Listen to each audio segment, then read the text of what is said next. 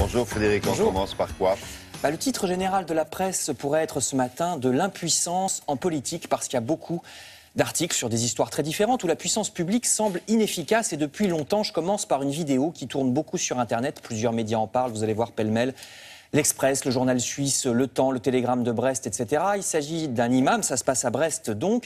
On revient un peu au sujet qu'on vient de voir à Moscou, mais alors là c'est très différent parce que ce monsieur, on le voit sur la vidéo, expliquait à de jeunes enfants que, je cite, « Écouter de la musique, c'est écouter Satan, que si eux, jeunes enfants, écoutent de la musique, ils seront transformés en singes ou en porcs ».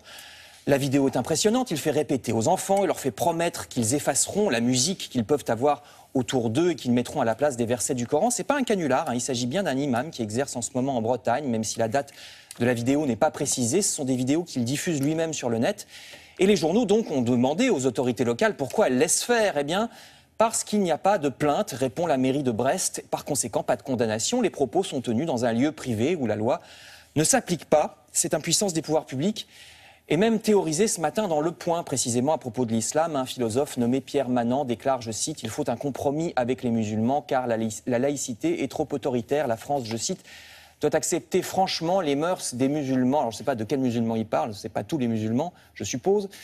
La France donc n'a pas posé de conditions à leur venue sur le territoire, elle n'a pas à poser de conditions. Maintenant, ils n'ont rien enfreint, déclare ce philosophe. Vaste question, est-ce que les États doivent exiger tel ou tel mode de vie de la part de leurs ressortissants ou de la part des pays avec lesquels ils ont des relations? La question se pose beaucoup en ce moment à propos, vous savez, de l'Arabie Saoudite, pays avec lequel l'Occident est allié, bien qu'elle décapite ses opposants politiques. Vous voyez des articles de l'Humanité ou de La Croix, l'Humanité à gauche, La Croix à droite sur cette image.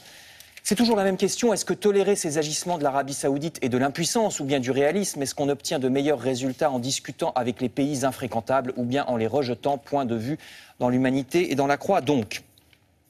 Je passe maintenant au chômage. Là aussi un constat d'impuissance. Dans plusieurs journaux, Les Échos, comme toute la presse, parlent de douche froide avec la remontée encore du chômage. Vous voyez le titre des Échos en bas. Le Figaro élargit ce constat à toute la politique du gouvernement. Article sur Manuel Valls et les sondages, mois après mois, toujours aussi mauvais. Alors il y a ce matin 2 grands articles sur précisément ces endroits où la puissance publique semble incapable de faire respecter la loi et depuis longtemps. D'abord dans le Figaro, vous lirez un reportage à Calais, où de plus en plus les migrants sont livrés aux gangs, des bandes organisées d'Irakiens, de Kurdes ou d'Albanais qui exploitent la misère des migrants. Le journal explique qu'en quelques semaines, un gang de passeurs peut gagner 350 000 €. Alors la police multiplie les moyens, les écoutes téléphoniques, mais sans parvenir à décapiter ces réseaux dont la tête repousse sans cesse. Là, il s'agit de réseaux de passeurs. Mais on peut dire la même chose des réseaux de la drogue. Je termine avec cet autre reportage de terrain très intéressant lui aussi dans Libération. Ça se passe à Marseille, cité de la Castellane, où le trafic de drogue est florissant. Et le journal décrit toute cette économie de la drogue, du guetteur au grossiste. Là aussi, comme à Calais, le journal explique ce qui ne marche pas et les pistes sur lesquelles il faudrait aller pour obtenir peut-être enfin des résultats. C'est sur plusieurs pages dans le Figaro et dans Libération. C'est très intéressant, ces 2 reportages de terrain dans les 2 journaux. Merci beaucoup Frédéric. Tout à l'heure, la loi sur la transition